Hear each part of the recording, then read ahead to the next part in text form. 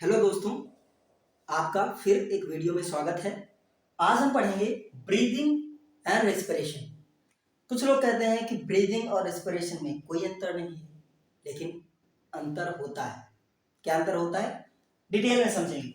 सबसे पहले आइए हम ब्रीदिंग को समझते हैं और रेस्पिरेशन को समझते हैं। कुछ चीजें मैं आपको पहले ही बता देना चाहता हूं। अगर आप इन पॉइंट्स को नहीं जानते हैं तो आगे वीडियो नहीं देखिएगा, ठीक है। पहले आप इन शब्दों के बारे में जान लीजिए, या फिर अगर आपको मैं बताऊंगा, आपको अगर समझ में आ जाता है तो ठीक है, नहीं तो आप पॉज करके एक दूसरी वीडियो में Porifera, Coelenterata, Ctenophora, Platyhelminthes, Aschelminthes, Annelida, Arthropoda, Mollusca, Echinodermata, Hemichordata और कॉर्डेटा, इन सभी शब्दों के बारे में थोड़ा बहुत डिटेल में जाइए, जानिए क्या होता है। फिर आप इस वीडियो को स्टार्ट कीजिए। ये मैं उनके बारे में बात कर रहा हूँ जो क्लास 11th में है। जो क्लास 10th में है उनके लिए बिल्कुल पढ़ सकते हैं, आपका इनमें कोई काम नहीं। लेकिन जो 11th के हैं वो जरूर इन शब्दों को जानें, क्योंकि ये भी आपके सिलेबस में इंक्लूडेड है। So let's start the breathing and respiration. Breathing क्या होता है, रेस्पिरेशन क्या होता है। ब्रीदिंग सिंपल प्रोसेस होता है। कौन सा सिंपल प्रोसेस होता है? सिंपल प्रोसेस मीन्स इनहेलेशन और एक्सहेलेशन। सिंपल प्रोसेस मतलब इनहेलेशन और एक्सहेलेशन। इनहेलेशन को हम दूसरे नाम से जानते हैं, जिसको कहते हैं इंस्पायरेशन। क्या? इंस्पायरेशन। और एक्सहेलेशन को हम एक्सपायरेशन कह भी सकते हैं। इनहेलेशन को हम इंस्पायरेशन कह सकते हैं, एक्सहेलेशन को एक्सपायरेशन कह सकते हैं। ब्रीदिंग मतलब सांस को लेना और सांस को छोड़ देना विदाउट सेलुलर रेस्पिरेशन या फिर विदाउट एनी रिएक्शन। ध्यान दीजिए, without any reaction means O2 और CO2 जब बॉडी से एक्सहेल हो रही है या फिर इनहेल हो रही है तो कोई बॉडी के अंदर, सेल्स के अंदर कोई सेलुलर एक्टिविटी नहीं हो रही है, तो उसको हम ब्रीदिंग कहते हैं। लेकिन जब हम इस टर्म की बात करते हैं जिसको हम रिस्पिरेशन कहते हैं, तो रिस्पिरेशन में हमको एनर्जी मिलती है। एनर्जी हमको केमिकल प्रोसेस सेलुलर रिस्पिरेशन के बाद ही मिलती है, जो कि टिश्यूज में होता है। आगे बात करेंगे, ठीक है। आया समझ में? आगे चले। देखिए, respiration breaking down of food to produce energy. Breaking down of food to produce energy क्या है? ब्रेकिंग डाउन, इंग्लिश समझ में नहीं आते तोड़िए। Breaking down, breaking down is तोड़ना, ऑफ फूड, फूड का, टू प्रोड्यूस एनर्जी। जब फूड टूटता है C6H12O6 तो क्या बनता है? CO2 और H2। C6H12O6 तो क्या बनता है? CO2 और H2। साथ में एनर्जी निकलती कि नहीं? एनर्जी निकलती है। ये जो एनर्जी होती है, ये स्टोर होती है ATP की फॉर्म में। एक्स्ट्रा है, जानिए। एनर्जी स्टोर होती है ATP की फॉर्म में। फुल फॉर्म क्या होता है ATP का? Adenosine triphosphate. Adenosine triphosphate. What do you mean by ATP? ATP, adenosine triphosphate, which is the energy currency of the body. Energy currency of the body. So, simple inhalation, exhalation, इसको हम inspiration, expiration भी कहते हैं। ये breathing हो गया। Respiration क्या हो गया? Breaking down of food to produce energy. Energy store होती है ATP की फॉर्म में। अगर हमको एनर्जी लेनी होती है तो इनऑर्गेनिक फॉस्फेट एक टूटता है। क्यों? ATP जो है, ATP इसमें ट्राइफॉस्फेट है, मतलब 3 फॉस्फेट है। अगर आपको एनर्जी लेनी है तो एक फॉस्फेट टूट जाता है, जिसको हम इनऑर्गेनिक फॉस्फेट कहते हैं। जब आपको फिर से एनर्जी बनानी होती है जो आप खाते हैं, तो उससे आपको जब एनर्जी मिल जाती है तो क्या हो जाता है? फिर हमारी 2 ATP 3 ATP में चेंज हो जाती है, जिसको हम फिर से कह देते हैं एडिनोसिन ट्राइफॉस्फेट। आया समझ में? आगे चले। ये क्या होता है? बहुत इंपॉर्टेंट चीज है जो मैं आपको बताऊंगा। नो मीन्स, ये अगर आप नहीं जानते हैं तो वीडियो को पॉज करके पहले आप देखिए जाकर। नो का मतलब है इनहेलेशन, जिसको मैंने आपके ऊपर बता दिया कि इनहेलेशन क्या होता है। एक्सहेलेशन वो भी बता चुका हूँ। सेल्स क्या होता है? Basic fundamental unit of life, जो कि बॉडी जो है हमारी वो सेल्स से बनी है, सबको पता है सेल्स से बनी है। तो सेल्स के कॉम्बिनेशन से टिश्यू बनता है, टिश्यू के कॉम्बिनेशन से ऑर्गन बनता है, ऑर्गन के कॉम्बिनेशन से एक ऑर्गन सिस्टम बनता है जो कि ऑर्गेनिज्म कहलाता है। हमारे बॉडी के अंदर बहुत सारे ऑर्गन हैं, जैसे जैसे कौन कौन से ऑर्गन हैं? For example liver, pancreas, heart, बहुत बड़े ऑर्गन हैं। अगर ये ऑर्गन छोटे छोटे होते हैं तो इनको सेल ऑर्गेनेलीज कहा जाता है। क्या कहा जाता है? Cell organelles. सेल ऑर्गेनेलीज जो होती हैं, for example mitochondria, Golgi body, ठीक है। सेल्स के बारे में जाना, टिश्यूज के बारे में जाना, ऑर्गन के बारे में जाना, ऑर्गन सिस्टम के बारे में जाना। हैबिटाट क्या होता है? हैबिटाट क्या होता है? हैबिटाट होता है कि आप रहते कहाँ हैं। फॉर एग्जाम्पल कि अगर आप देख लीजिए ध्यान से, अगर आप एक्वेटिक हैं या फिर टेरेस्ट्रियल हैं, एक्वेटिक हैं या फिर टेरेस्ट्रियल हैं। एक्वेटिक का मतलब क्या होता है? अगर आपने केमिस्ट्री में पढ़ा है, aqueous dissolve in water. Aqueous का मतलब होता है जो पानी में कोई है, कोई जीव अगर पानी में रह रहा है तो एक्वेटिक हो जाता है। अगर टेरेस्ट्रियल है इसका मतलब वो लैंड पे रह रहा है।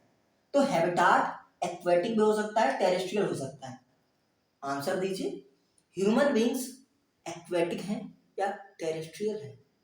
फिश एक्वेटिक है या टेरेस्ट्रियल है?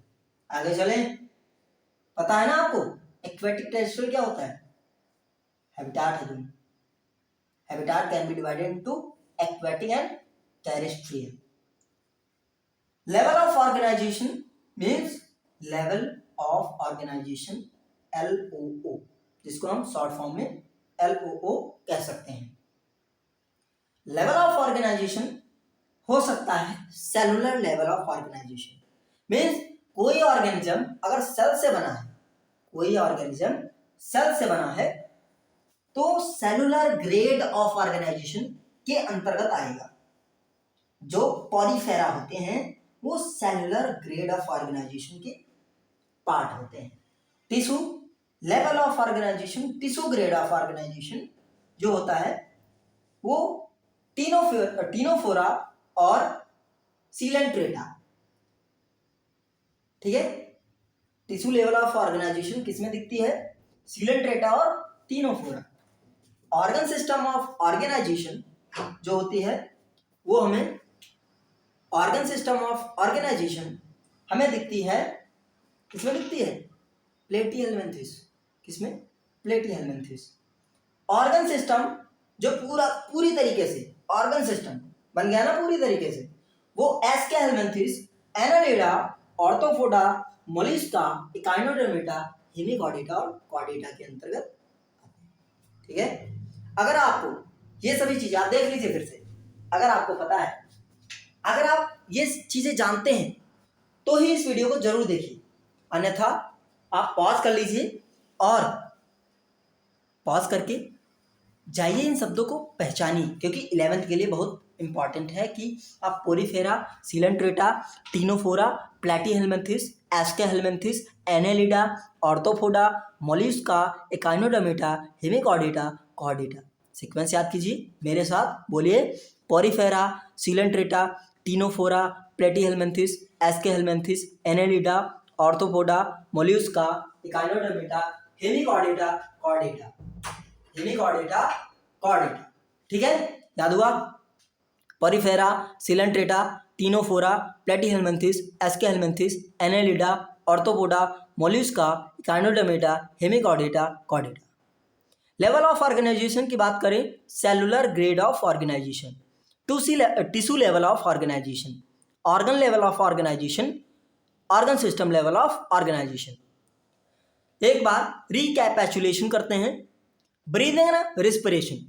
Breathing is a simple process in which you inhale and exhale the O2 and CO2.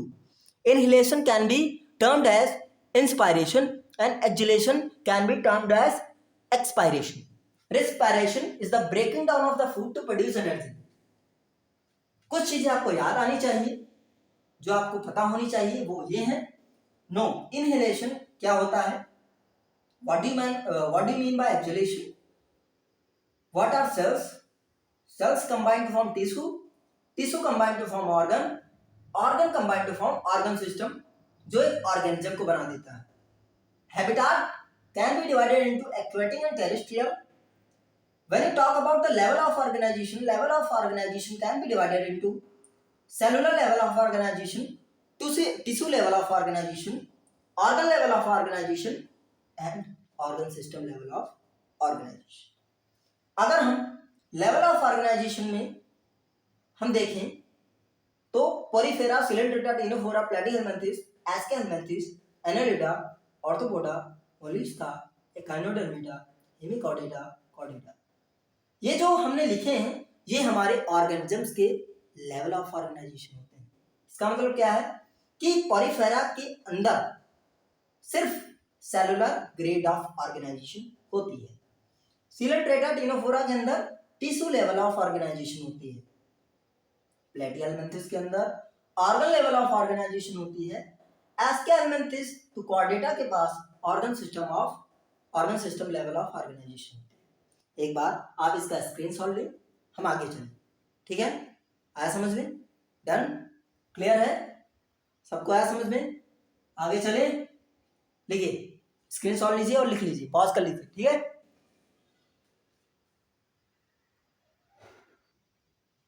अब देखिए, अब हम जो बात कर रहे थे कि आपको ये सभी चीजें पता होनी चाहिए.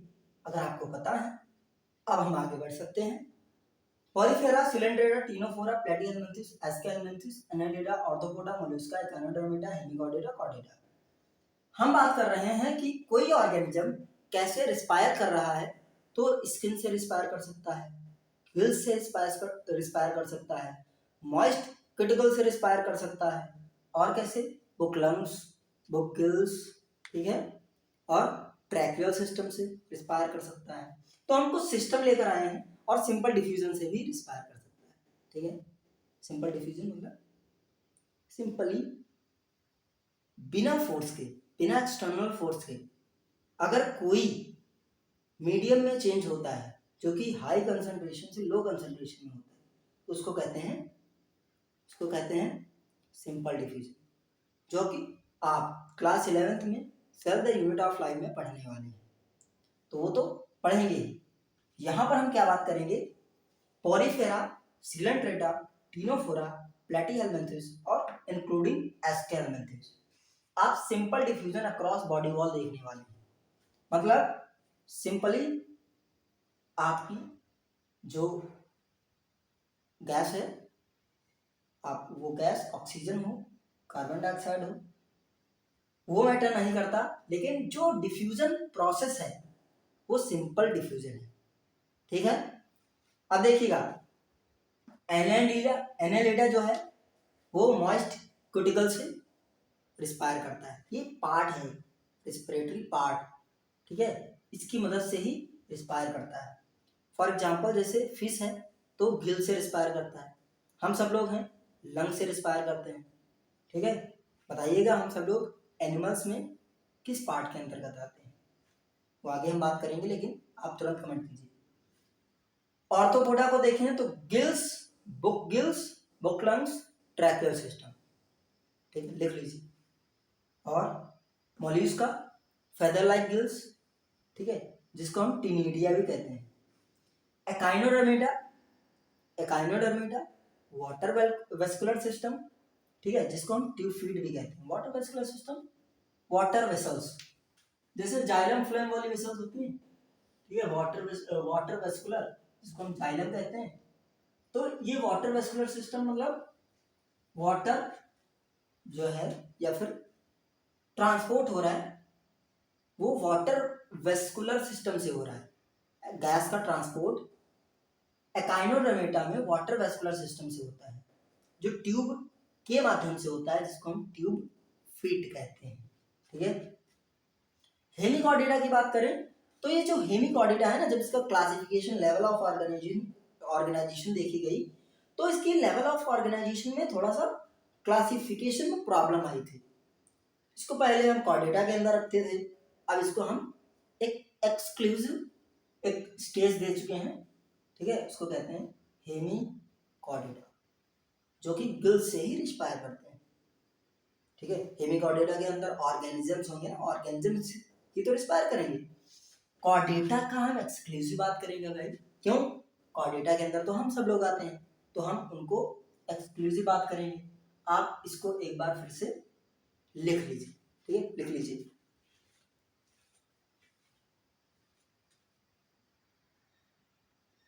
अब देखिए, अब हम बात करेंगे कॉर्डेटा के बारे में कि कॉर्डेटा के अंदर जो भी ऑर्गेनिजम्स आते हैं वो किस रेस्पिरेटरी पार्ट से रिस्पायर करते हैं। सबसे पहले अगर हम फिश की बात करें तो फिश जो होता है वो गिल से रिस्पायर करते हैं, पता होगा। एक इंटरेस्टिंग सी चीज बताता हूँ आपको, अगर नहीं पता है तो। फिश जो होती हैं वो तेज रिस्पायर क्यों करती हैं? They breathe fastly, why? Because of the low concentration of oxygen in the water.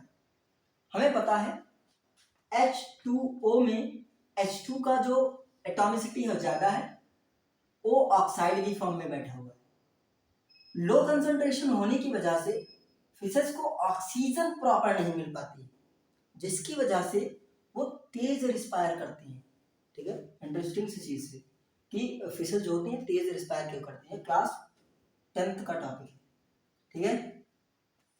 अब यहाँ पर देखिए, फिशेस के बारे में बात की जो कि गिल से रिस्पायर कर रही हैं।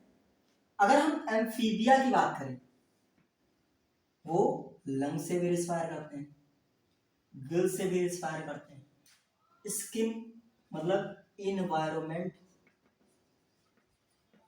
इन्वायरमेंट के कांटेक्ट में आकर के रिस्पायर कर लेते हैं।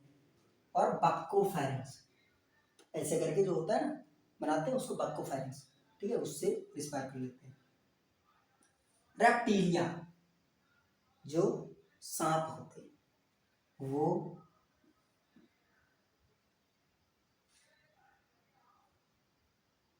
पंछी बनूं उड़ती फिरूं मस्त गगन में, एप्स पंछी, वो लंग से ही रिस्पायर करते हैं। और मैमल्स जो होते हैं वो बताने की जरूरत ही नहीं है, क्योंकि ह्यूमन बींग्स ही तो मैमल्स होते हैं, वो रिस्पायर करते हैं लंग से, ठीक है, लंग से रिस्पायर, ठीक है। रेस्पिरेटरी पार्ट समझ में आया? तो यहां पर हमारा जो ऊपर ऊपर ब्रीथिंग और रेस्पिरेशन में डिफरेंस था और जो थोड़ा बहुत जानकारी थी वो आपको पता चली, जो कि ये 11th का सिलेबस है। तो आपने अगर देखा है 9th में है, 10th में है, 6th में है, 7th में, 8th में, 9th में, 10th में, किसी भी क्लास में इंपॉर्टेंट है, essential exam point of view से, ठीक है। तो आप इसको भी नोट कर लीजिए।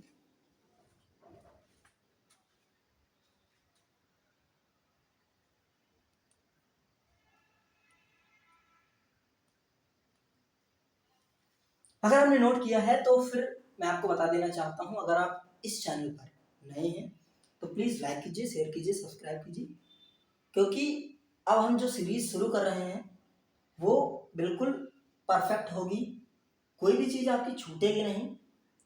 जो मैंने पिछली वीडियो डाली थी ह्यूमन डाइजेस्टिव सिस्टम में, वो आपके क्लास 10th से नीचे के क्लासेस के लिए बहुत ही इंपॉर्टेंट है, तो प्लीज़ उसको देख लीजिए और पढ़ डालिए, रट डालिए, पूरा ख़त्म कर दीजिए इसको, ठीक है। ये जो आज मैंने पढ़ा है, कल वीडियो आएगी इसी के टॉपिक पर, जो आगे एक्सटर्नल इंटरनल रेस्पिरेशन और सिस्टमिक कैपिलरी, पल्मोनरी कैपिलरी और सेलुलर रेस्पिरेशन क्या होता है, फिजिको-केमिकल प्रोसेस क्या होता है, उसके बारे में हम बात करेंगे, ठीक है।